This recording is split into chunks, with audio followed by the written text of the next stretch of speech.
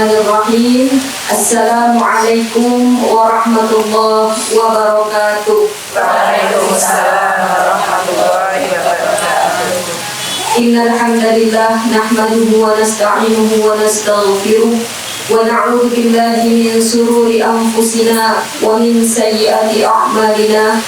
Man yahdihillahu fala mudilla lahu wa man yudlil fala hadiya lahu.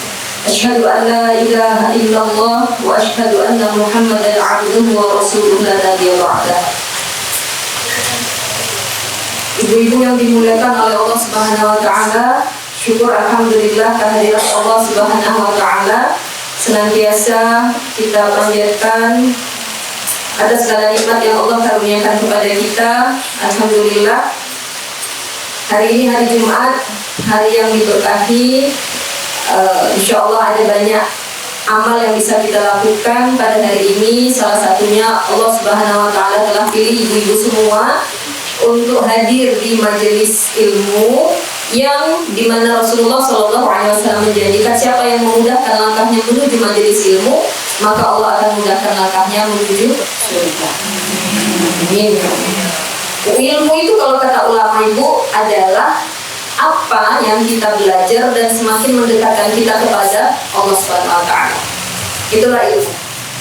Nah, jadi bagi ibu-ibu penting untuk mengingatkan kepada anak-anak kita adalah mereka belajar, pastikan bahwa apa yang mereka pelajari, ilmu apa yang mereka pelajari, yakinkan, pastikan mereka itu adalah dalam rangka untuk mereka lebih dekat kepada Allah Subhanahu wa taala. Kalau mereka belajar tidak semakin mendekatkan mereka kepada Allah, kalau kita belajar tidak semakin mendekatkan kita kepada Allah, berarti yang kita pelajari bukanlah ilmu. Dikatakan ulama itu adalah orang yang takut kepada Allah. Jadi yang namanya kalau kita katakan kita adalah hamba Allah, semakin bertambah ilmu, semestinya semakin kita takut kepada Allah. Karena prinsip takut kepada Allah dengan takut kepada makhluk itu beda. Kalau kita takut kepada selain Allah, biasanya menjauh atau mendekat? Takut harimau, dideketin apa dijauhin harimaunya? Jauhin. Takut sama ular, ularnya dideketin apa dijauhin? Dijauhin. Kalau takut sama Allah, dijauhin Allah. Nah, semakin kita takut pada Allah, semakin kita mendekati Allah. Nah, siapa yang paling takut kepada Allah di antara hamba-hamba Allah? Setelah para nabi dan rasul itu adalah para ulama. Jadi para ulama itu adalah warasatul anbiya, pewaris para nabi. Dan para nabi tidak mewariskan dinar atau dirham, tetapi mewariskan ilmu. Salawat dan salam tak lupa kita sampaikan kepada qudwah hasanah kita Nabiullah Muhammad SAW. Hari ini hari Jumat adalah hari yang kita juga disunahkan memperbanyak sholawat. Innallaha wa malaikatahu yusholluna 'alan nabi ya ayyuhalladzina amanu shollu 'alaihi wa sallimu taslima. Satu sholawat kita kepada Rasulullah SAW, maka Allah akan bersholawat untuk kita 10 kali. Dan kata Rasulullah SAW, sabda beliau, siapa yang paling banyak sholawatnya kepadaku adalah nanti yang di akhirat paling dekat kedudukannya. Jadi banyak-banyak kita bersholawat. Semoga kita nanti di akhirat insya Allah dekat dengan Rasulullah SAW. Mau bu dekat-dekat sama Rasulullah SAW? Kalau jumpa Rasulullah nanti mau bilang apa bu? Pernah nggak kebayang jumpa sama Rasulullah? Nanti akan mengatakan apa kepada beliau? I love you. Iya, ya. Rasulullah SAW sangat mencintai kita, maka sangatlah patut untuk kita membalas cintanya beliau kepada kita.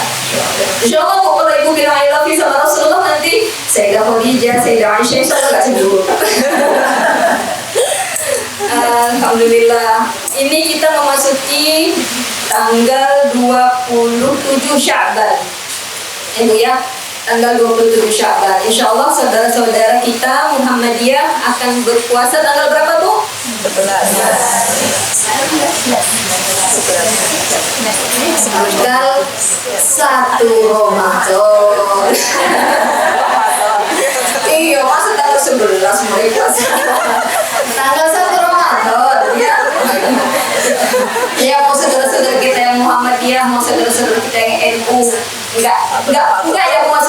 di Indonesia itu bukan ada Islam Muhammadiyah, bukan ada Islam itu bukan. Tapi memang penetapan ya tanggal 1 apakah Ramadan, tanggal 1 Syawal yang paling ini ya kalau di Indonesia itu kan biasanya itu dua organisasi Islam besar inilah yang menjadi rujukan masyarakat. Jadi memang saudara-saudara kita di Muhammadiyah karena mereka mengambilnya dengan cara hisab ya. Hisab, jadi sudah menetapkan insya Allah 11 Maret itu sudah 1 Ramadan. Tapi kalau kemudian pemerintah dalam hal ini Kementerian Agama, yang Majelis Ulama Indonesia dan Nahdlatul Ulama yang pada umumnya itu memakai metode ruqyah ya untuk melihat hilal atau anak bulan. Jadi bedanya tahun Hijriah yang menghitungnya itu berdasar peredaran bulan dengan Masehi. Awal hari, kalau hari-hari pada bulan Masehi itu dimulai jam 12 malam, itu hari baru. Tapi kalau penanggalan Syamsiah atau tahun Hijriah, awal hari itu dimulai pada waktu maghrib. Nah, sampai hari ini diperkirakan itu nanti masih kan syaratnya kalau dengan metode hilal itu terbitnya anak bulan itu harus 3 derajat minimal. Nah, itu tanggal 2 kemarin saya baca hasil penelitiannya itu, hasil penglihatan hilal itu belum sampai 3 derajat.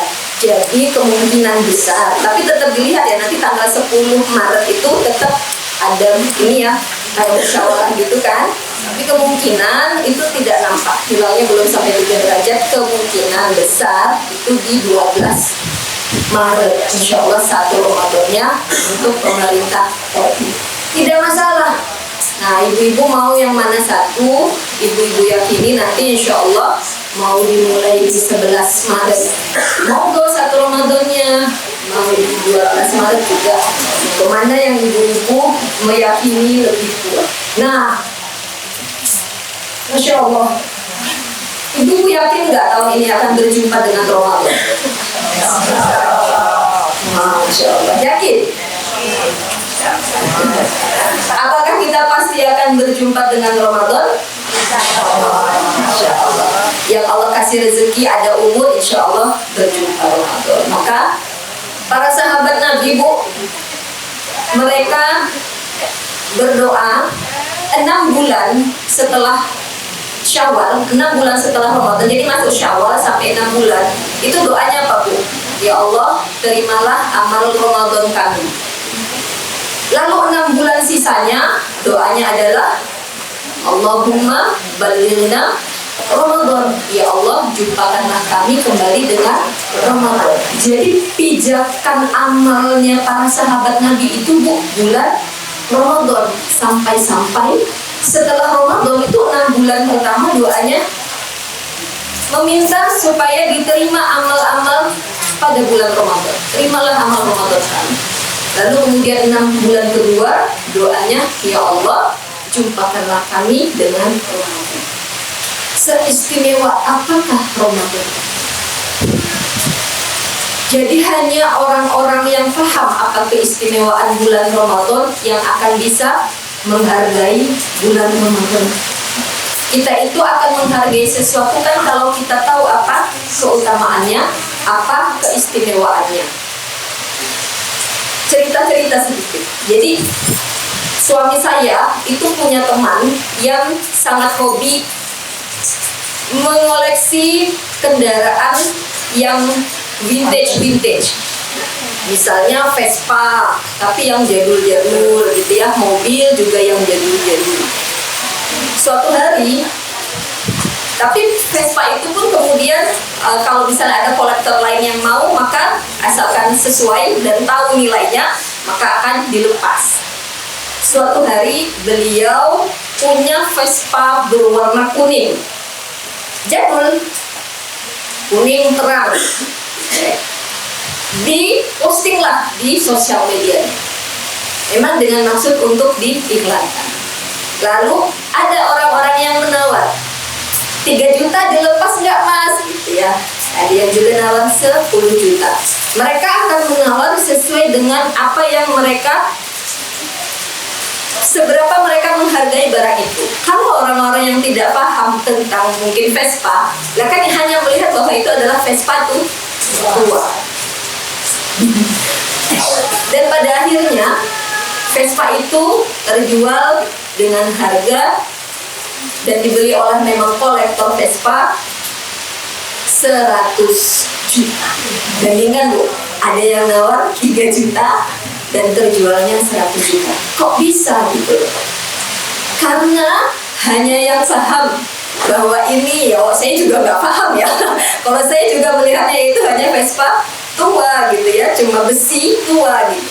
Tapi mereka yang memahaminya bisa menghargai sedemikian besar. Nah, ini hanya sekadar analogi. Kita itu akan kemudian bisa menghargai Ramadan kalau kita paham apa keistimewaan Ramadan. Tapi kalau misalnya kita tidak paham apa keistimewaan Ramadan, mungkin Ramadan hanya akan berlalu sebagaimana biasanya, atau bahkan mungkin kita menyepelekannya. Dan ibu-ibu tahu nggak, ujian umat Islam pada bulan Ramadan itu apa? Perputaran ekonomi itu paling besar terjadi pada bulan Ramadan. Mukena larisnya kapan Bu? Bulan Ramadan. Gamis, jilbab, baju koko, sarimbit-sarimbitan, kurma, kue kering. Nah, ini menjadi reminder ya, ibu-ibu. Apakah salah menjemput nafkah pada bulan Ramadan? Tidak. Tapi bagaimana nanti ibu-ibu boleh memilih gitu. Ibu mau memilih memprioritaskan amal yang mana pada bulan Ramadan? Memprioritaskan bakar kue kah? Memprioritaskan jual gamis, mukena dan sebagainya kah? Atau memprioritaskan apa yang ingin kita sebut sebagai bekal pulang? Rumah kita Bu yang sebenarnya itu di dunia apa di akhirat? Saya rumahnya di Jalan Pandega Marta nih di dunia ini. Rumah saya yang sebenarnya itu di Jalan Pandega Marta apa nanti di akhirat? Tapi apakah kita sudah betul-betul memahami bahwa tempat tinggal kita yang sebenarnya itu adalah akhirat? Nah, hendaknya Ramadan itu kita memegang prinsip ini, bahwa bulan Ramadan itu adalah masa yang sangat Allah kasih istimewa. Allah kasih Bu 1 tahun 12 bulan. Dan 1 bulan, kalau kita betul-betul bisa memanfaatkan 1 bulan ini, maka insya Allah itu mencukupi menambal cacat-cacat amal kita selama 11 bulan berikutnya. Ibu-ibu yakin nggak sholat-sholat kita itu dalam setiap sholat fardu apakah penuh 1 pahalanya? Nggak ada kita yang yakin bahwa sholat kita itu bisa penuh 1 pahalanya 1 sholat. Jadi selama 11 bulan kita tuh sholat sambil ingat masakan, sholat sambil ingat jemuran, sholat sambil ingat setrikaan, sholat sambil ingat jualan, sholat sambil ingat pekerjaan. Ya enggak? Kalau mau jujur begitu kan kualitas sholat kita. Nah, kalau kita insya Allah sungguh-sungguh di bulan Ramadan, insya Allah itu akan mencukupi menambal cacatnya amal-amal kita pada 11 bulan berikutnya. Nah, Bu, di dalam Al-Quran surah Al-Baqarah ayat berapa Bu? Perintah Ramadan turun 153. Allah Subhanahu wa taala berfirman, "Ya ayyuhalladzina amanu kutiba 'alaikumusiyam kama kutiba 'alal ladzina min qablikum la'allakum tattaqun." Wahai orang-orang yang beriman. Jadi Bu di sini ya ayyuhalladzina amanu, ulama mengatakan yang dipanggil itu adalah semua orang beriman. Mau imannya kuat, mau imannya lemah, mau imannya separuh, mau imannya seperberapa, semua dipanggil. Apa yang diminta Allah dari kita? Kutiba alaikumusiyam, diwajibkan, wajib atas kalian berpuasa. sebagaimana diwajibkan atas orang-orang sebelum kami. Puasa itulah satu-satunya amal yang itu adalah kita persembahkan untuk Allah Subhanahu wa ta'ala. Bu, semua amal yang lain kalau kita selesai mengerjakannya, itu malaikat bisa langsung kasih pahalanya, langsung dicatat. Tapi kalau puasa itu hanya Allah yang tahu.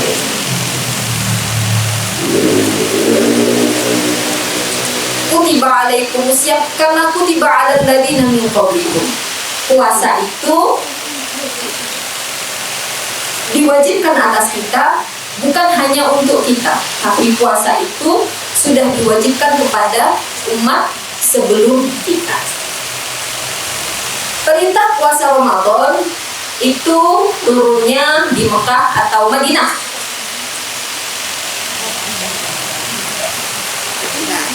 Ada yang tahu? Pernah mendengar? Apa Bu ibadah pertama yang Allah perintahkan kepada umat Islam? Sholat, yaitu pada peristiwa Isra Mi'raj. Di mana Bu? Ketika Rasulullah sudah di Madinah apa masih di Mekah Isra Mi'raj? Dari mana Isra berangkatnya Rasulullah? Masjidil Haram. Jadi berarti itu Rasulullah belum hijrah, masih fase Mekah. Rasulullah di Mekah dakwah berapa tahun Bu? 13 tahun. Di Madinah 10 tahun. Jadi Rasulullah menerima perintah kenabian usia 40, beliau wafat usia 63. Jadi usia kenabian Rasulullah 23, 13 tahun di Mekah, 10 tahun di Madinah. Bayangkan, 13 tahun di Mekah itu ibadah yang diperintahkan baru hanya satu, sholat. Jadi memang Allah Subhanahu wa ta'ala itu membebani hambanya itu bertahap-tahap. Nah, puasa itu Bu, turunnya perintahnya pada tahun kedua Hijriah.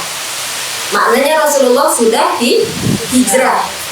Jadi Rasulullah 18 bulan Rasulullah di Madinah, baru turun perintah puasa. Lalu sebelum turun perintah puasa Ramadan, Rasulullah puasa nggak? Oh, puasa, yaitu apa Bu? Puasa pada tanggal 10 Muharram. Itu adalah puasa yang Rasulullah mewajibkan diri beliau untuk berpuasa sebelum turunnya puasa Ramadan, adalah puasa Asyura kita menyebutnya ya. Nah, sedangkan Ramadan itu turun perintahnya pada tahun kedua Hijriah pada bulan Sya'ban. Kenapa? Jadi Bu, ternyata nama-nama bulan pada tahun Hijriah, Muharram, Safar, Rabiul Awal, Rabiul Tsani, Jumadil Ula, Jumadil Akhir, Rajab, Sya'ban, Ramadan, Syawal, Dzulqa'dah, Dzulhijjah, itu Bu sebelum penanggalan Hijriah berdasarkan hijrahnya Rasulullah itu sudah ada Bu. Jadi pada zaman jahiliyah nama bulannya itu juga.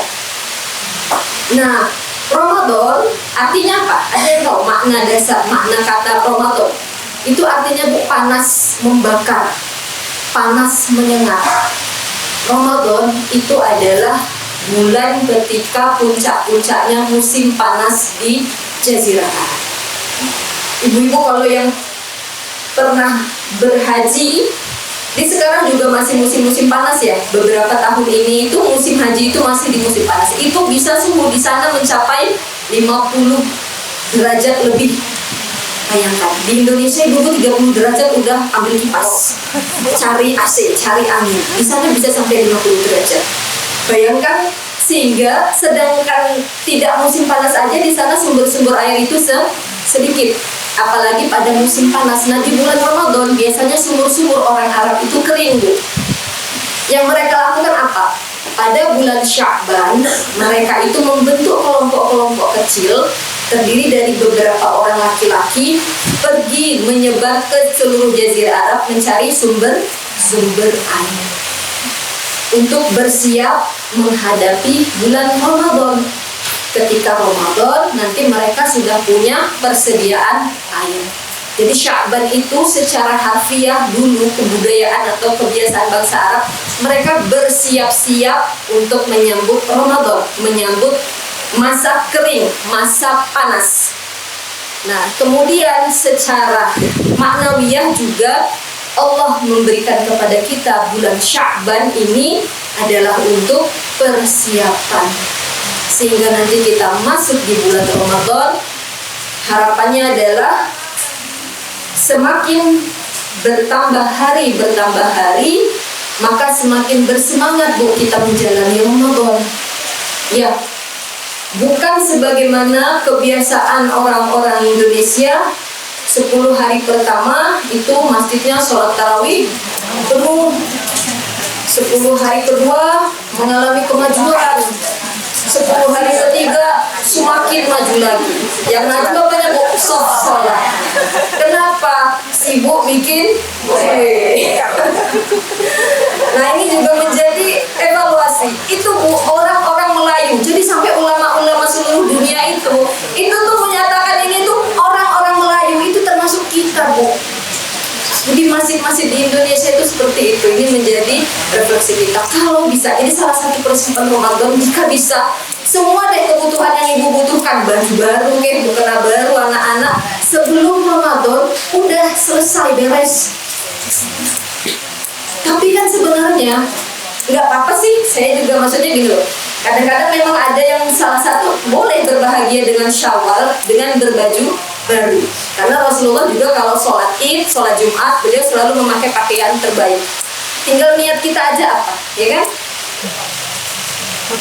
Boleh bersenang-senang, apalagi untuk anak-anak kita itu boleh. Tapi kalau misalnya itu sudah bisa kita persiapkan dari sebelum Ramadan, jadi nanti Ramadan benar-benar fokus, maka insya Allah itu tentu jauh lebih baik lagi.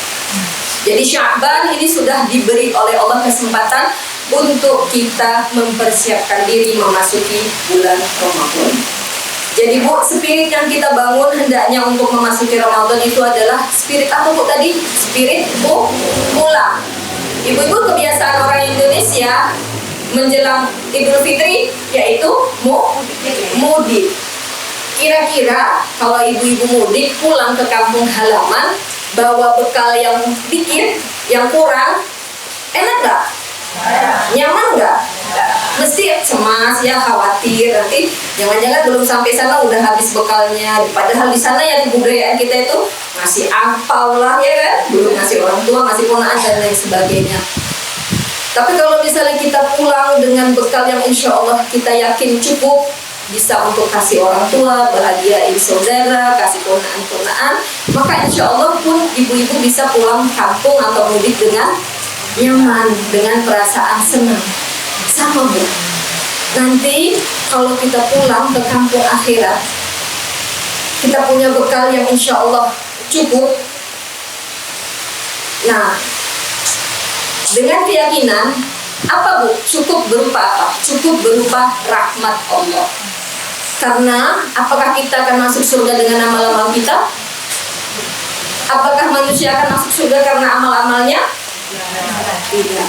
Manusia masuk surga dengan rahmat Allah.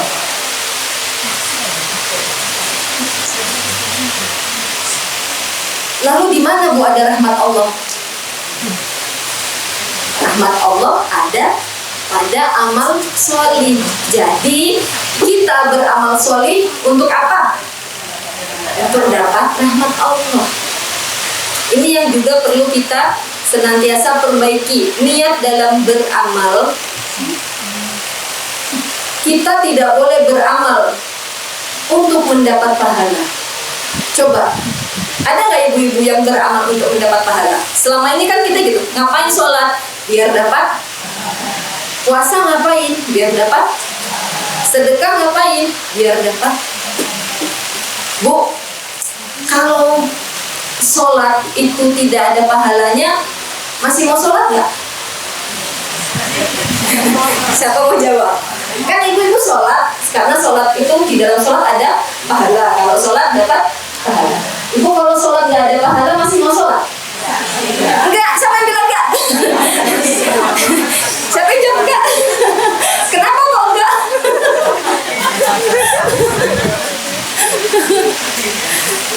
Siapa yang nggak mau sholat lagi kalau sholat nggak ada pahalanya? Ada yang mau tetap sholat walaupun sholat nggak ada pahalanya? Ya. Kenapa Bu? Kok mau? Jadi seorang hamba Allah dia sadar bahwa sholat itu adalah bentuk penghambaan kita kepada Allah, sehingga ada atau tidak ada pahala. Kalau kita sadar bahwa kita adalah hamba, Allah adalah Rabb kita, dan Allah memerintahkan kita untuk sholat, maka kita sholat. Tapi Bu, Allah maha baik. Dalam setiap amal-amal itu pasti Allah menjanjikan pahala. Nah, nggak sampai sini. Jadi jangan beramal karena pahalanya, tapi yakinlah dalam setiap amal itu insya Allah Allah menjanjikan pahala. Yang kita harapkan dari amal itu adalah kasih sayang Allah, rahmat Allah. Rahmat Allah Bu ada dalam amal-amal taat. Tapi tidak semua amal taat itu mendatangkan rahmat Allah. Ada nggak orang bersedekah karena dia mau hartanya bertambah? Iya kan? Saking dijanjikan. Siapa yang sedekah 1 dapat balasannya berapa? 10 kali lipat. Jadi dia niat sedekahnya itu supaya dapat balasan 10 kali lipat.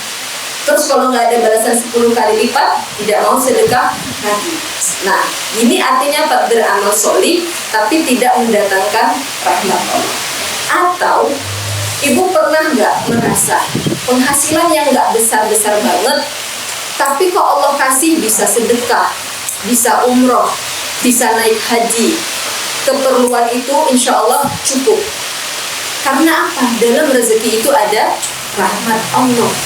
Sebaliknya, ada orang-orang yang mungkin penghasilannya besar, melimpah, tapi tidak digunakan untuk infak, sedekah males, umroh nggak mau, haji apalagi. Artinya apa? Di dalam harta itu tidak ada. Nah, inilah yang kita cari. Salah satunya bulan Ramadan itu Allah Subhanahu wa Ta'ala menyediakan rahmat khusus untuk hamba-hamba. Di antara Bu keutamaan Ramadan, kalau kita mau tahu kenapa kita perlu bersungguh-sungguh dalam bulan Ramadan, ada sebuah kisah yang sahih diriwayatkan oleh sahabat Thalhah bin Ubaidillah radhiyallahu anhu. Jadi di Madinah itu di Masjid Nabawi itu adalah markas dakwah Rasulullah Shallallahu Alaihi Wasallam. Tempat Rasulullah mendidik para sahabat beliau, ketika mengirim sahabat untuk berdakwah ke seluruh penjuru dunia, dikirimnya dari situ, diberi nasihat. Kalau pulang dari safar, dari dakwah, pulangnya juga ke Masjid Nabawi. Jadi Masjid Nabawi itu ada satu tempat tuh yang menjadi pusat pendidikan Rasulullah, namanya As-Suffah. Nah, di As-Suffah itulah orang-orang belajar, sahabat-sahabat Nabi belajar. Madrasahnya Rasulullah SAW. Jadi Sayyidina Thalhah bin Ubaidillah itu melihat ada 2 orang teman yang datang dari Yaman.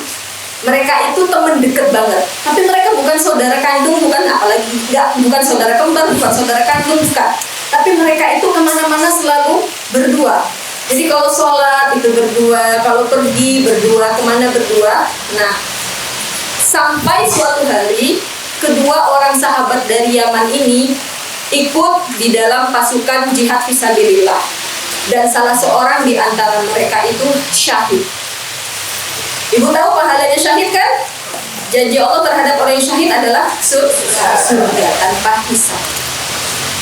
Lah, yang satu orang lagi masih hidup sampai 1 tahun kemudian. 1 tahun kemudian beliau menderita sakit dan akhirnya meninggal dunia juga. Nah, bisa dikatakan ketika Sayyidina Thalhah itu melihat saat mereka masih hidup, itu mereka melakukan amal-amal yang sama. Berarti bisa dikatakan pahalanya setara, sebanding ya. Lalu kemudian yang satu syahid. Kira-kira menurut ibu-ibu, siapa yang masuk surga lebih dahulu? Yang syahid atau yang meninggal dunia setahun kemudian? Ya, setahun kemudian. Udah, ibu pernah dengar ceritanya berarti ya? Iya. Lalu kemudian Sayyidina Thalha bin Ubaidillah ini bermimpi. Dalam mimpinya itu beliau bertemu dengan dua orang sahabat dari Yaman tadi. Dua-duanya masuk surga. Tapi yang lebih dulu masuk surga, Bu, ternyata yang meninggal setahun kemudian. Padahal yang difahami oleh Sayyidina Thalha seharusnya yang syahid kan, yang meninggal dunia duluan. Pengorbanannya kan lebih besar untuk agama, dia mengorbankan nyawanya dalam perang seperti itu. Lalu kemudian dia heran, dia bingung kenapa kok yang meninggal setahun kemudian yang masuk surga lebih dulu dan derajatnya jauh lebih tinggi daripada yang syahid. Maka dia bertanya kepada sahabat-sahabat Nabi yang lain dan dia tidak memperoleh jawaban yang memuaskan hatinya. Sampai dia bertanya kepada Rasulullah Sallallahu Alaihi Wasallam. Maka Rasulullah Sallallahu Alaihi Wasallam menjawab, kenapa kamu heran wahai Thalha? Bukankah yang meninggal 1 tahun kemudian punya tabungan sholat lebih banyak 1 tahun dibanding sahabatnya yang meninggal duluan? Bukankah sahabatnya yang meninggal 1 tahun kemudian punya lebihan pahala 1 Ramadan dibanding yang meninggal setahun sebelumnya? Ternyata, Bu, 1 Ramadan itu bisa membentangkan jarak, membedakan surga satu orang dengan yang lain. Syaratnya bagaimana kualitas 1 Ramadan itu. Bu, Rasulullah SAW terima perintah puasa pada tahun kedua Hijriah. Sedangkan beliau usianya hanya 10 tahun di Madinah. Berarti Rasulullah hanya punya Ramadan, menjalani Ramadan berapa kali? Sekitar 8 kali. Ibu-ibu balik umur berapa? 12, 13. Sekarang umur berapa? Mungkin 40, 50. Berarti sudah menjalani ibadah Ramadan berapa kali? Mungkin ada yang 30 kali, ada yang 40 kali. Apakah 30-40 kali Ramadan itu bisa menyaingi Ramadannya Rasulullah yang hanya 8 kali? Tidak akan bisa. Ramadan kita berapa puluh tahun itu tidak akan juga bisa menyaingi ibadah Ramadannya Sayyidina Abu Bakar As-Siddiq radhiyallahu anhu. Karena Allah sendiri menjanjikan bahwa 8 pintu surga itu memanggil-manggil Sayyidina Abu Bakar radhiyallahu anhu. Maka insya Allah janji Allah, Bu, dikatakan di dalam Al-Quran, Inna anzalnahu fi lailatul qadar. Sesungguhnya kami menurunkan Al-Quran itu pada malam Lailatul Qadar. Lailatul Qadar khairum min alfi syahr. 1, ya, apa, Bu, keistimewaan Ramadan dibanding bulan-bulan lainnya? 1 malam Lailatul Qadar khairum, lebih baik. Bukan sekadar sebanding atau sama, tapi lebih baik daripada 1000 bulan. Kalau dengan izin Allah ibu mendapat rahmat Allah, mendapatkan malam itu, maka sholat ibu pada malam itu setara dengan ibu sholat 1000, lebih dari 1000 bulan sholat. Ibu ngaji pada malam itu, ibu setara ngaji lebih dari 1000 bulan. Ibu sedekah pada malam itu, ibu mendapat pahala yang lebih daripada ibu sedekah selama lebih dari 1000 bulan. Nah, ketika tadi ironisnya kita semakin mendekati Lebaran, kita semakin sibuk dengan aktivitas menjelang Lebaran, tapi para sahabat dan orang-orang soleh terdahulu, Bu, semakin mendekati 10 hari terakhir Ramadan, mereka semakin meningkatkan amal. Karena apa, Bu? Kata Rasulullah, carilah ya keberkahan atau carilah Lailatul Qadar itu pada malam-malam ganjil pada 10 hari terakhir Ramadan. Nah, tapi Rasulullah tidak menjelaskan apakah malam ganjil itu maksudnya hari ini ganjil malam harinya, atau besoknya adalah malamnya adalah besoknya ganjil. Kan nggak pernah Rasulullah menyampaikan detail. Maksudnya apa maknanya? Selama 10 hari terakhir itulah berlomba-lombalah untuk semakin meningkatkan amal, karena kita tidak tahu pada hari ganjil, pada malam ganjil yang mana Allah menurunkan malam yang namanya Lailatul Qadar. Itu satu keutamaan bulan Ramadan. Bulan turunnya Al-Quran yang di dalamnya ada Lailatul Qadar, yang kalau kita dapatkan malam Lailatul Qadar itu, maka insya Allah lebih daripada 1000. Lalu keutamaan yang lain, pada bulan Ramadan kita mengerjakan satu amal wajib, itu sama Allah dilipat gandakan pahalanya berapa, Bu? Satu amal wajib pahalanya setara kita mengamalkan, ayo Bu,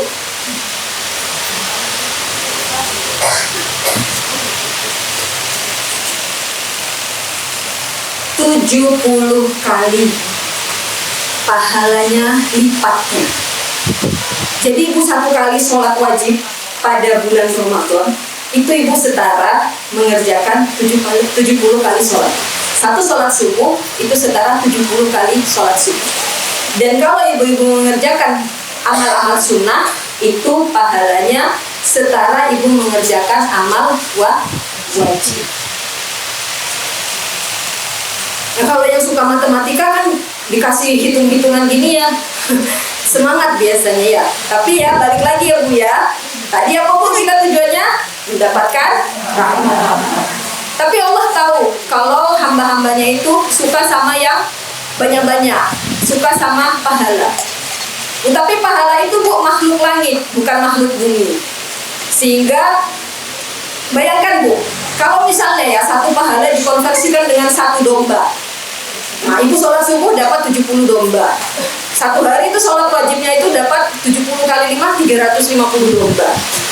Belum nanti puasa, sholat isyroknya, sholat duhanya, sholat awabinnya, sholat tahajudnya, sholat tarawihnya. Nah, satu hari aja nanti rumah ibu sudah penuh dengan domba. Bagaimana kalau 30 hari? Maka nggak usah dibayangkan ya, maksudnya gimana. Tapi insya Allah banyak banget. Itu kalkulator itu error menghitungnya. Pahala yang Allah kasih sama kita itu pada bulan Ramadan. Nah, karena itu penting sekali ya untuk kita, insya Allah amal itu akan Allah terima. Satu, niatnya benar. Dua, caranya benar. Nah, jadi ulama mengatakan, para ulama dahulu kalau belajar tentang fikih ibadah itu pada waktu dekat-dekat ibadah itu mau dilakukan. Yang paling kita lakukan rutin adalah sholat. Maka yang namanya fikih sholat kita harus pelajari terus menerus. Kemudian bulan Sya'ban, jadi dari mulai Rajab, Sya'ban itu biasanya para ulama itu memurojaah fikih Ramadan supaya puasanya itu dilakukan dengan benar. Nanti masuk bulan Syawal itu para ulama memurojaah fikih haji.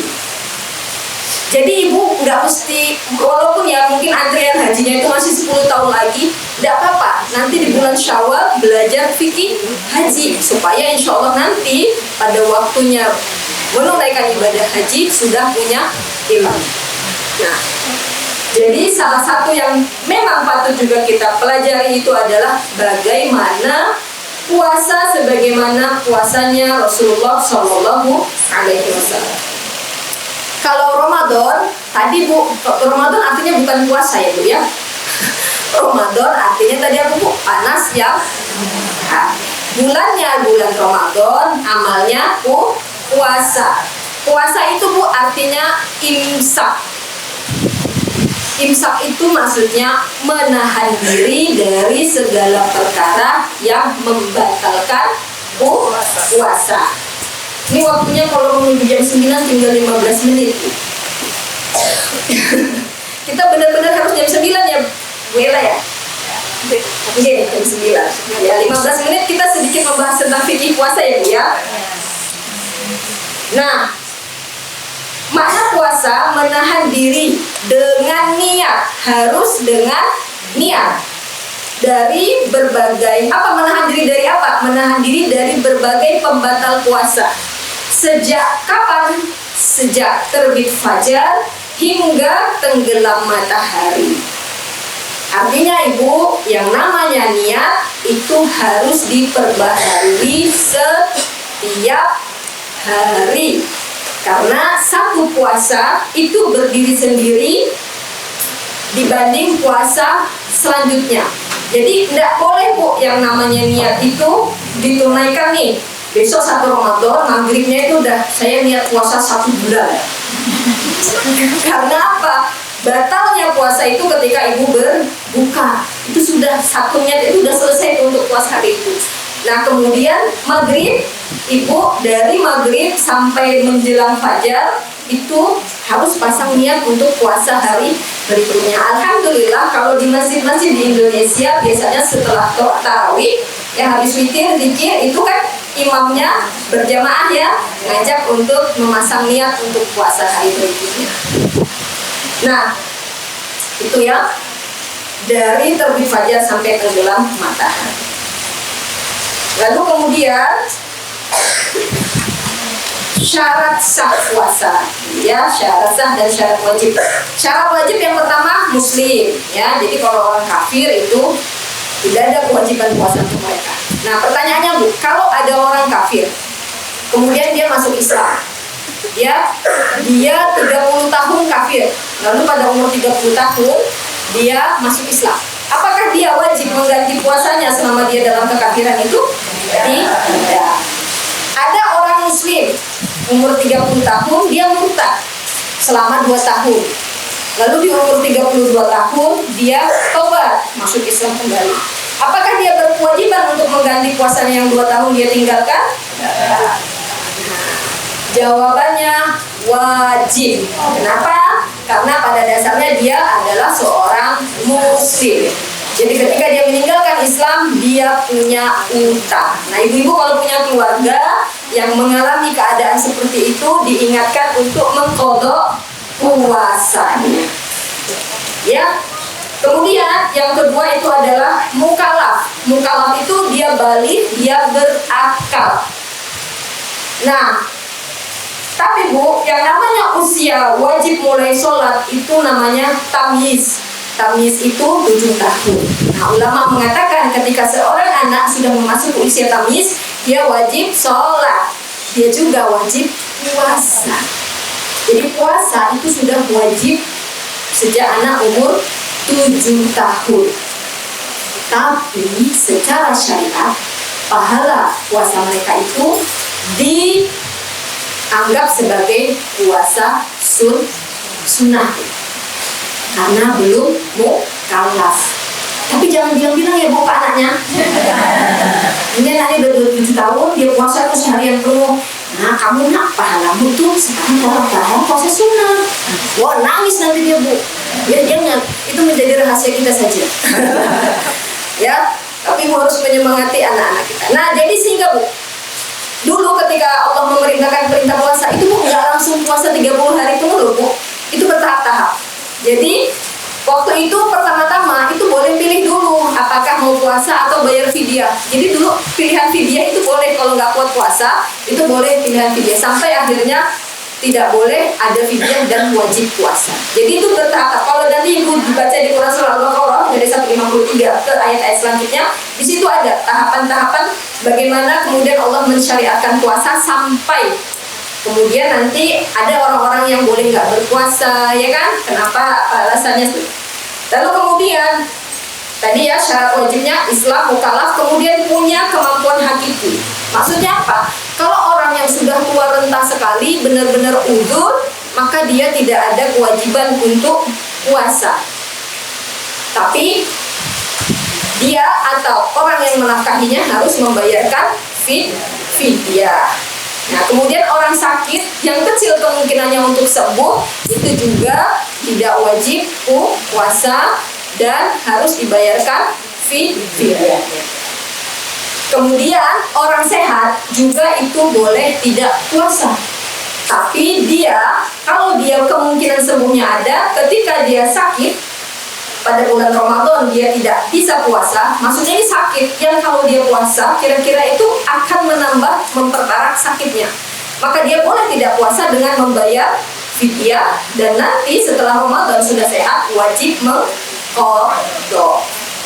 Lalu kemudian mukim, artinya apa? Kita berdiam di tempat tinggal kita. Maknanya orang yang safar itu juga boleh tidak puasa dengan syarat safarnya itu menempuh jarak minimal 82 km. Dan wajib fidyah nggak Bu? Kalau orang yang safar? Tidak, tapi wajib mengqadha atau mengganti. Nah, kalaupun dia safar, dia tetap mau puasa, insya Allah malah sangat lebih baik. Kenapa? Karena sekarang juga safar kita itu kan insya Allah jauh ya lebih enak dibanding safar-safar orang dahulu. Kalau dulu ya mungkin ya zaman sahabat Nabi safar itu jalan kaki di padang pasir, paling-paling naik kuda. Kalau kita kan ibu mau ke tempat yang menempuh jarak ribuan kilometer aja ya, sampai ke Mekah juga cuma berapa jam duduk di pesawat. Kemudian yang kedua syarat sah. Syarat sahnya itu Islam, berakal, nah suci dari haid dan nifas. Jadi wanita haid dan nifas itu tidak sah puasa. Ya. Qadha nggak Bu? Qadha. Fidyah nggak Bu orang haid nifas? Ya, qadha. Iya. Dan qadha. Kalau ibu-ibu punya utang puasa pada tahun-tahun sebelumnya, sebelum Ramadan datang tahun ini, maka utang-utang puasa pada tahun sebelumnya itu harus sudah lunas. Nah, jadi Bu, para ulama itu setelah Sya'ban, setelah nisfu Sya'ban itu memakruhkan puasa sunnah. Kecuali satu, orang-orang yang memang biasa puasa sunnah, entah sunnah Senin Kamis, entah puasa Daud, ya entah Ayyamul Bid, itu masih boleh sampai tanggal 28 Sya'ban. Jadi kalau sudah 29 itu sudah tidak lagi boleh puasa. Untuk apa? Supaya membedakan antara Sya'ban dan Ramadan. Nah, Ibu insya Allah sudah lunas semua ya puasanya ya, alhamdulillah utang-utang sudah lunas. Nah, kemudian tapi Bu, kalau misalnya ya ini ada sunnah. Kalau ibu dapat haid misalnya di waktu zuhur, berarti kan dari subuh itu sudah puasa ya, zuhur batal karena haid datang, itu disunahkan untuk imsak. Maksudnya disunahkan untuk tetap menahan diri dari pembatal puasa. Ya. Apa Bu pembatal puasa? Makan minum dengan sengaja. Sunnah ya. Kalau nggak kuat ya nggak apa-apa, makan aja minum.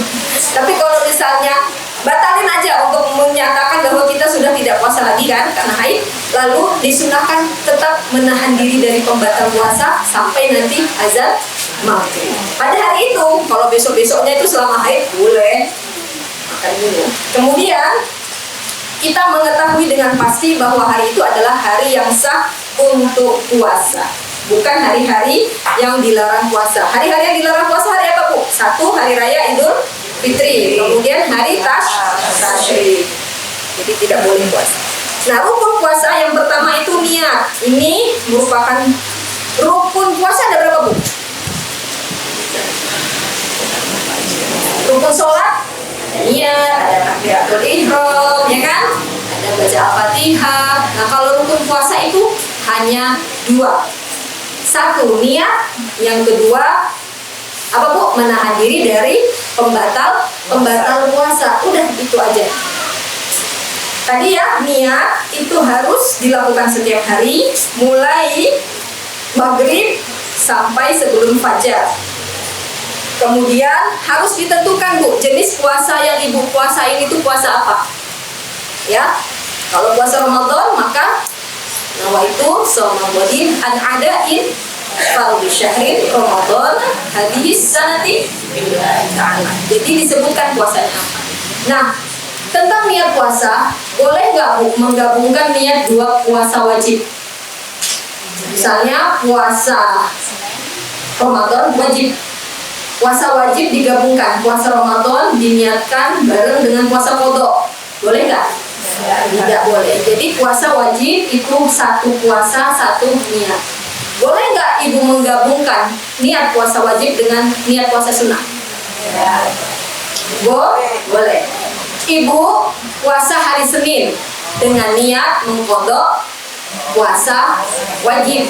Jadi ibu insya Allah, tapi yang diniatkan apa? Niatkan puasa wajibnya, niatkan qadha-nya. Insya Allah tetap dapat pahala puasa hari Senin. Itu ya Bu ya.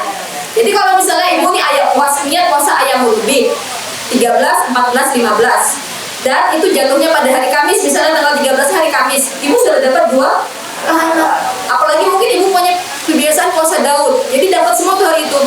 Puasa Daudnya dapat hari Kamis, ayam bubuknya hari Kamis, dapat juga puasa hari Kamis.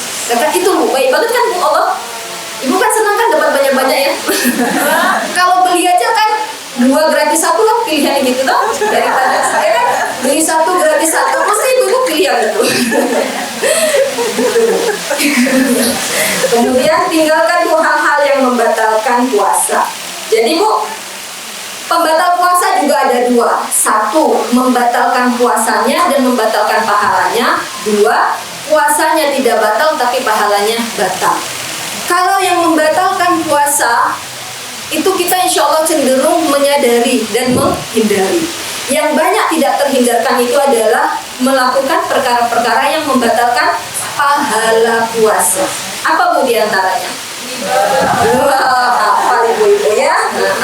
Ya, ghibah, hati-hati ya dengan lisan kita. Bu, ghibah itu, ini kalau kita mau bahas itu insya Allah pengajian tersendiri. Kan banyak cerita, betul Bu. Apa Bu katanya ghibah itu ibarat memakan daging saudara kita sendiri. Ya. Nah, banyak orang memahami bahwa ghibah itu ketika kita lisankan, ya kan? Tapi ternyata ada ghibah yang sekadar isyarat saja pun sudah ghibah.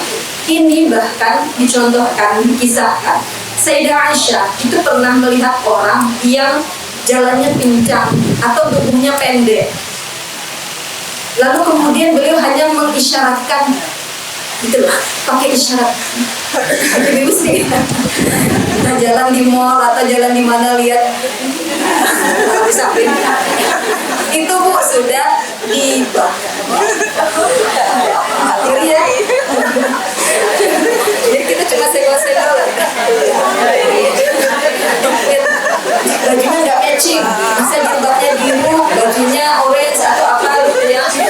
Jadi apa Bu? Ghibah itu kita menceritakan tentang saudara kita yang dia kalau tahu bahwa kita menceritakan itu dia tidak senang. Terus sahabat Nabi bilang, wahai Rasulullah, kalau memang dia seperti itu gimana? Ya itu ghibah. Kalau kamu mengatakan sesuatu tentang dia yang itu bukan dia, itu namanya fitnah. Jadi yang kedua Bu, itu nanti kalau mau dibahas ya, itu nanti panjang. Lain kesempatan saja. Namimah Bu, namimah itu mengadu domba. 3 orang berteman, A, B, C. A bilang sama C, C, B itu bla bla bla bla bla loh, ya. Lalu tadi A bilang sama C tentang B, C ini bilang sama si B, kata si A, kamu itu bla bla bla bla bla. Siapa yang melakukan namimah Bu? Yang A, B apa C? Yang melakukan namimah adalah C. Yang A dia melakukan ghibah, yang C melakukan namimah. Kalau ada orang menggibah teman-teman bertiga teman, kalau salah satu teman menggibah temannya kepada yang lain, apa kewajiban yang lain itu? Diam. Ingatkan, jangan begitu terhadap saudara muslimu dan diam. Cukup sampai pada kita. Itulah mencegah namimah. Kalau sampai ada orang cerita tentang temannya, lalu kita ceritakan, kamu kata si ini kamu begitu, itulah namimah. Karena apa? Yang A itu, yang si B bisa kan datang kepada A dan kemudian pecahlah permusuhan di antara. Kemudian yang ketiga, tidak boleh berbohong dengan alasan apapun. Umi lapar, anaknya udah jam 12 siang. Iya enggak, sebentar lagi 5 menit udah buka. 5 menit, masih jam 12 siang loh. Nah 5 menit, sebentar lagi nanti 5 menit. Kok 5 menitnya enggak 5 menit, 5 menit Bu? Iya 5 menit lah. Itu juga sudah dikategorikan berbohong. Ya hati-hatilah mama dan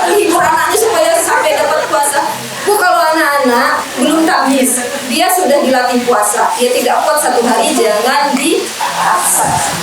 Tadi aja lihat, sahabat Nabi aja kan bertahap sampai 3 tahun tuh, sampai akhirnya kemudian di-fullkan puasanya selama 30 hari itu. Sebelumnya itu ada tahap-tahap pembelajaran. Yang kita mau adalah bagaimana anak-anak kita ini mengamalkan syariat itu dengan senang, ya, dengan bahagia. Ibu, salah satu fenomena di akhir zaman, ada sekarang banyak generasi muda, anak-anak muda yang di depan orang tuanya itu mereka sholat, tapi dalam hatinya mereka tidak percaya adanya Allah. Itu banyak. Mereka hanya ingin senangkan hati orang tuanya saja. Sholat gitu, di depan orang tuanya itu mereka sholat, tapi kan iman itu ada di. Jadi tugas orang tua untuk kemudian mengenalkan Allah sebagai zat yang maha baik, maha indah, maha pengasih, penyayang, itu adalah tugas orang tua. Nah, kemudian tidak boleh berkata-kata kotor. Nah, tidak boleh melihat hal-hal yang haram.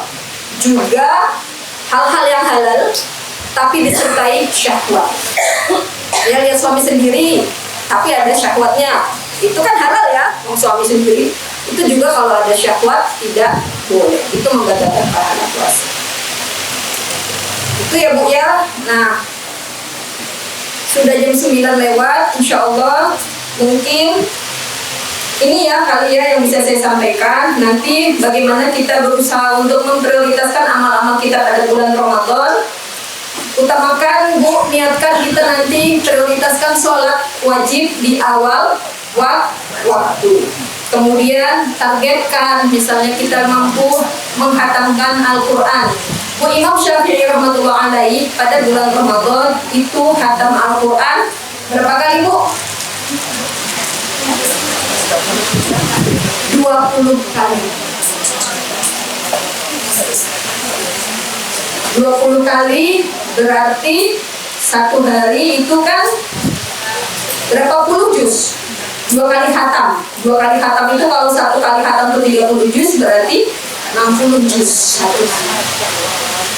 Nah, ibu-ibu mau target berapa? Kalau misalnya gini ya, misalnya hari-hari itu tilawah Qurannya 2 halaman, 3 halaman, ya nanti Ramadan insya Allah targetkan 5 halaman. Kalau yang misalnya terasa kata Sayyidah Aisyah radhiyallahu anha, amal itu sedikit nggak apa-apa asalkan istiqomah. Ya, jadi istiqomah itu kita insya Allah dengan istiqomah itu nanti akan meningkat. Nah, orang yang hatinya bersih itu tidak akan bosan membaca Al-Quran. Jadi targetkan misalnya gini yang tip kalau ibu mau khatam Quran 1 kali aja, 1 kali. Ramadan insya Allah 30 hari. Berarti kan 1 hari berapa juz Bu? 1 juz. 1 juz berapa halaman? 10 lembar, 20 halaman. 1 juz 20 halaman, 10 lembar. Kalau kita pakai Quran pojok itu Quran yang 1 halamannya 15 baris, ya berarti kan 20 halaman. Misalnya ibu mau jadi patokannya waktu sholat, kita punya sholat wajib 5 waktu, berarti dibagi 5, 1 kali sholat berapa halaman? 4, ya 4 halaman boleh setelah sholat 4 halaman, atau 2 halaman sebelum sholat, 2 halaman sesudah sholat. Misalnya ibu sholat asar itu sibuk untuk masak, maka bisa dipakai mungkin penggantinya di sholat duha atau penggantinya di sholat tarawih. Jadi habis tarawih ngaji dulu, jangan tidur dulu. Itu bisa insya Allah. Kalau misalnya mau 4 kali duduk, maka jadi 5 halaman. Itu insya Allah sangat possible Bu. 1 juz kalau ibu duduk sekali duduk itu hanya 30 sampai 45 menit. Ibu kalau scrolling Instagram, TikTok, Facebook nggak terasa Bu, berapa jam? 1 jam, 2 jam, ya enggak? Nah, jadi itu nanti bisa substitusi. Jadi waktu scrolling TikToknya jadi tilawah, ya kan? Waktu Facebookannya masih nggak sih Facebookan ibu-ibu sekarang? Masih ya? Ya pokoknya itu waktu di sosial media itu bisa disubstitusi pada bulan Ramadan menjadi tilawah. Jadi kalau sekali duduk 4 halaman itu paling hanya ya 10 menitan. 10 menitan itu sebentar kan ya? Sebentar. Insya Allah mungkin demikian yang bisa saya sampaikan. Oh ya, siapa yang memberi makan orang yang berbuka puasa, maka ia akan mendapat pahala setara orang yang puasa. Kata Sayyidah Aisyah lagi, jemputlah surgamu walau hanya dengan sebelah butir kurma. Sebelah bu artinya separuh kurma. Kita infak dengan ikhlas, itu insya Allah bisa menjemput surga kita.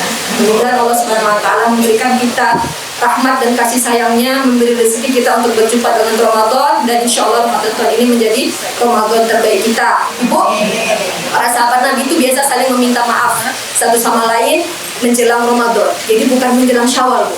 Jadi minal aidin wal faizin, mohon maaf lahir batinnya itu tidak di Syawal, Bu, tapi sebelum Ramadan. Maknanya apa? Mereka bersihkan diri mereka dulu dari segala khilaf, salah, dosa, utang-utang diselesaikan sebelum Ramadan, sehingga berjumpa Ramadan hanya dia dengan Allah saja.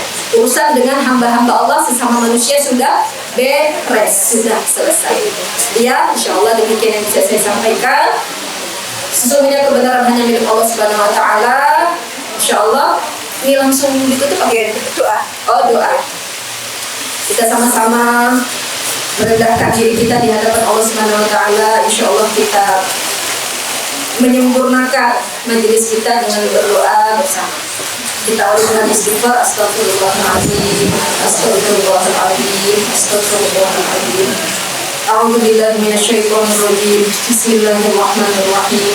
Alhamdulillahirabbil alamin, wassalatu wassalamu ala asyrafil anbiya'i wal mursalin wa ala alihi wa ashabihi ajma'in. Allahumma shalli ala sayyidina wa maulana Muhammad wa ala ali sayyidina wa maulana Muhammad salatan tujina biha min jami'il ahwali wal afat wa taqbilana biha jami'al hajat wa tutahhiruna min jami'is sayyi'at wa tarfa'una biha indaka 'ala darajat wa tuballighuna biha aqsal ghayat min jami'il khairat fil hayati wa ba'dal mamat innaka 'ala kulli syai'in qadir. Ya Rabbi lakal hamdu kama yanbaghi li jalali wajhikal karim wa 'azimi sultanik. Radina billahi rabba wa bil islami dina wa bi Muhammadin sallallahu alaihi wa alihi wa sallam nabiyyan wa rasula. Allahumma ighfir lana wa liwalidina warhamhum kama rabbawna shighara. Allahumma ighfir lil muslimin wal muslimat wal mu'minin wal mu'minat al ahya'i minhum wal amwat. Allahumma inna nas'aluka as-sihhata wal 'afiyah. Allahumma inna nas'aluka al-'afiyata fid dunya wal akhirah. Allahumma barik lana fi Sya'ban wa ballighna Ramadan. Allahumma khtim lana bil Islam, Allahumma khtim lana bil iman, Allahumma khtim lana bil husnil khatimah. Allahumma arham ummatan nabiyina Muhammad sallallahu alaihi wasallam. Allahumma ansurna ikhwanana al-muslimina wal mujahidina fi Gaza. Allahumma ansur ikhwanana al-muslimina wal mujahidina fi Filistin. Allahumma rizqna ya Allah ya Arhamar Rahimin. Allahumma rizq ummatan nabiyina Muhammad sallallahu alaihi wasallam. Allahumma jubur ummatan nabiyina Muhammad sallallahu alaihi wasallam. Allahumma ansur ummatan nabiyina Muhammad sallallahu alaihi wasallam. Allahumma ighfir ummatan nabiyina Muhammad sallallahu alaihi wasallam. Rabbana la tuzigh qulubana ba'da idh hadaytana wa hab lana min ladunka rahmatan innaka antal wahhab. Rabbana hab lana min azwajina wa dhurriyyatina qurrata a'yun waj'alna lil muttaqina imama. Rabbana zalamna anfusana wa illam taghfir lana wa tarhamna lanakunanna minal khasirin. Allahumma inna nas'aluka min khairi ma sa'alaka minhu nabiyyuka Muhammadin sallallahu alaihi wasallam wa na'udzu bika min syarri ma sta'ala minhu nabiyyuka Muhammadin sallallahu alaihi wasallam wa antal musta'an wa 'alaikal balagh wa la hawla wa la quwwata illa billahil 'aliyyil 'azim. Rabbana atina fid dunya hasanatan wa fil akhirati hasanatan wa qina 'adzaban nar. Wa sallallahu ala sayyidina Muhammadin nabiyil ummi wa ala alihi wa ashabihi ajma'in. Subhana rabbika rabbil izzati amma yasifun wa salamun 'alal mursalin walhamdulillahi rabbil alamin. Ibu saya menyampaikan satu. Jadi saudara-saudara kita di Gaza Palestina sampai hari ini insya Allah masih berjuang. Mereka sudah memulai puasa mereka 5 bulan yang lalu. Saat kita belum mulai mereka sudah puasa dan masih belum berbuka. Kalau Allah kasih kepada kita rezeki, ingatlah. Jadi setiap makan kita itu ingat. Jadi udah ulama mengajarkan, misalnya ibu menyediakan satu penceleng ya, satu penceleng di rumah. Jadi setiap makan dikatakan sahur buka nanti itu ya Allah saya makan dan ini adalah makan untuk saudara kami di Palestina. Nah nanti kalau sudah terkumpul ibu bisa salurkan kemana, ke lembaga-lembaga kemanusiaan yang itu insya Allah mendonasikan sedekah ibu-ibu di sana. Karena benteng umat Islam, benteng-benteng kehidupan umat Islam saat ini adalah mereka, ya. Karena yang sedang diperjuangkan itu adalah Baitul Maqdis. Rasulullah SAW menyampaikan iman umat di akhir zaman itu ada di Palestina. Jadi mereka adalah saudara-saudara yang sebenarnya sedang membela kita. Ya, mereka tidak meninggalkan Palestina karena kalau mereka tinggalkan sudah habis Baitul Maqdis itu. Ya, jadi insya Allah kita berutang kepada mereka. Mereka lah yang menjaga kita, bukan kita sebenarnya yang menolong mereka, tapi mereka yang sedang menolong kita. Maka insya Allah senantiasa ingat mereka, senantiasa doakan mereka, senantiasa mengirimkan apa yang kita bisa kirimkan yang terbaik untuk mereka. Insya Allah.